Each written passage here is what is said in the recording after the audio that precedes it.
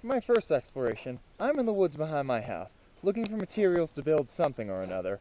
So let's look around and see what nature has in store for Tristan today. Right here we appear to have a series of dead trees. Not entirely sure why they're dead, especially because the ones right next to them seem to be alive and fine. But that's one of nature's mysteries, I suppose. Luckily, there are plenty of fallen branches. These will come in handy. I stumbled upon even more dead branches, and, luckily for me, stacked into a pile. This should come in handy. Yeah, that's a killer line right there. This should come in handy. We're cutting this shit. I've come across a stream now, conveniently located next to a bunch of rocks. These will come in handy, and you'll notice too, there are lights. Mind you, it's my driveway, but still, lights. It's my lucky day today. I've come across a cache of industrial power tools, just lying in the woods, as they normally do. We'll come back for those later. I've now also found a pie tin, and what appears to potentially be the top of a lamp. Oh, ant. Well, Mother Nature sure came through for me today. It's been a bountiful harvest. I suppose that all that's left to do is just start putting it together and... Oh my God.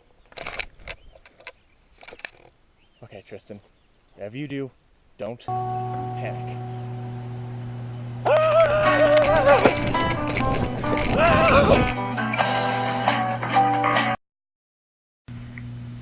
After narrowly escaping the creature, and 76 puma-related stitches later, I was back on my feet and ready to continue my explorations. For my next exploration, I was tasked with finding as many faces as I could. Here's just a taste of what I found. A mildly shocked outlet. Gorilla Rock. The rock that looks like a gorilla. Gorilla Rock Jr. Just the face. A happy motorhome.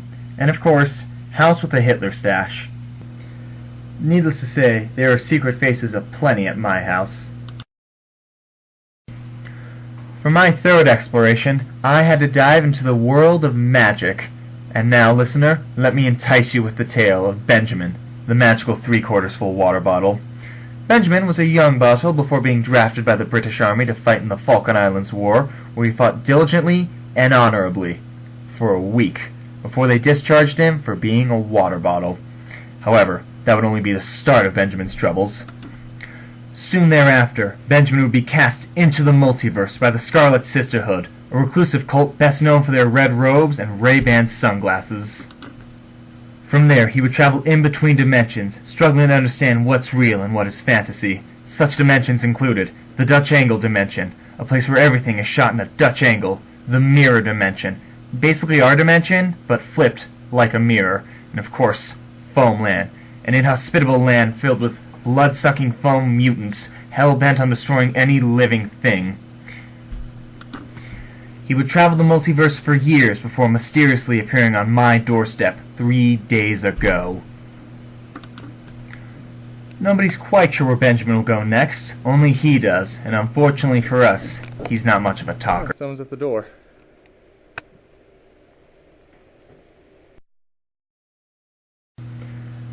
For my next exploration, I went people watching. Here's just a few of the colorful characters I ran into at the park.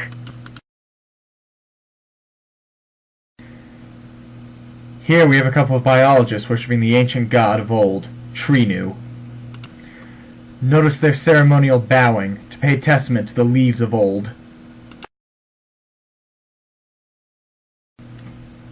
Here we can see a local farmer first verbally assault and then physically assault some of the grass. Even the dead were at this park, with Jack Skellington making a surprise appearance, but just as quickly as he arrived, he also left. Over here we have some young lady practicing her dance moves. Look at her. Beauty, grace, and absolute pristine— oh my god, it's me! After that close encounter of the me kind, I knew I had to get out of there and fast. Excuse me, sir. Would you happen to know how to get to Joe's Clam Shack? 53 additional puma stitches later, I was once again back on my feet and ready to take on the world.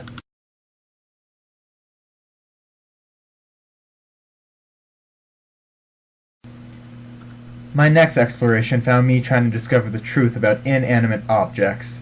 I knew if I waited long enough, eventually they'd slip up. It's just a matter of time. However, the longer I waited, I soon realized that the inanimate objects might be smarter than I had initially given them credit for. Perhaps they were onto me in my quest to discover their true secrets. As such, I was going to have to get creative if I was going to discover their secrets. Luckily for me, How to Be an Explorer of the World has the perfect advice. I would have to go undercover, make them think I am one of them. That way they will allow me into their circle and accept me. Then, and only then, will I know their true secrets. I needed to go with something conspicuous. Obvious, but not too obvious. As such, I chose the one thing that you will find in almost every single household in America. A playing card. The resemblance was uncanny. You couldn't tell me apart from the playing card. I was in. Infiltration was key. I could not let these inanimate objects realize that I was in fact not a playing card, but a 21-year-old man. As such, I had to be sure that my approach was flawless.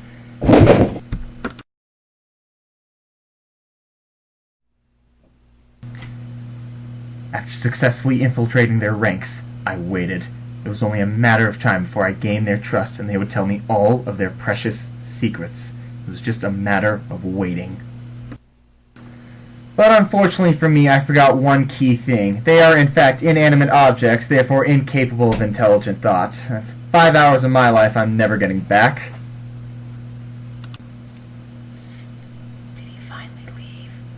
Yeah. Great. Rave!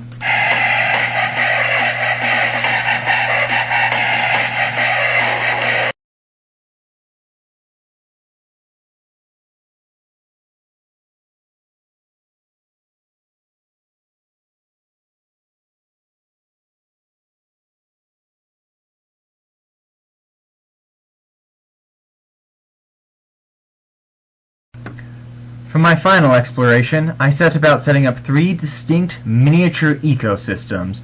In order to achieve this, I obtained water from 3 separate locations. The first was a stream behind my house.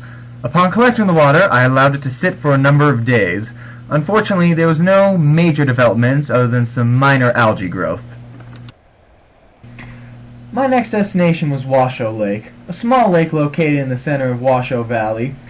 Washoe Lake's defining characteristics probably have to be that it is no deeper than the average public swimming pool, and that it is a good, murky brown.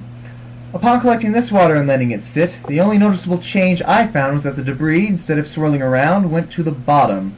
Other than that, there was no noticeable change.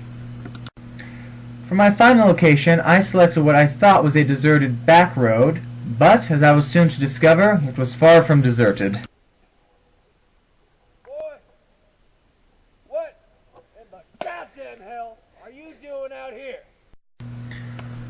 Unbeknownst to me, the land was owned by one Mr. Ashley J. Scott, an unemployed coal miner and up-and-coming Shakespearean actor in the Susanville circuit, who, in the summer of 2008, married Sandy Puma, sister to the same Puma who I had crossed paths with multiple times, and, as I was soon to discover, mauling is apparently a hereditary trait passed down amongst Pumas. Honey, teach this city slicker a goddamn lesson. As I sat there getting viciously mauled, I realized I had come full circle. My journey had ended, much as how it had begun, with me getting mauled by a very large cat in the woods. But as I paused to reflect, I realized all the lessons I learned from my explorations. The trees had taught me to view nature not as a solitary environment, but as an entity all its own, teeming with life and personality. The faces taught me to use my imagination and look beyond the surface at all the possibilities something can be. The world of magic helped kindle my creativity and challenged me to look beyond the norm and conventional. And it also helped introduce me to one hell of a water bottle named Benjamin. People watching helped put me in better tune with my fellow man by challenging me to look beyond the surface at the inner beauty to which we all have. It also gave me an incredible opportunity to dress up in a wide array of silly costumes in a park. The truth about inanimate objects helped teach me patience and to seek the beauty even in the most mundane of objects. Altered senses help to give me both a newfound appreciation for my senses and a perspective for how much we really do take them for granted.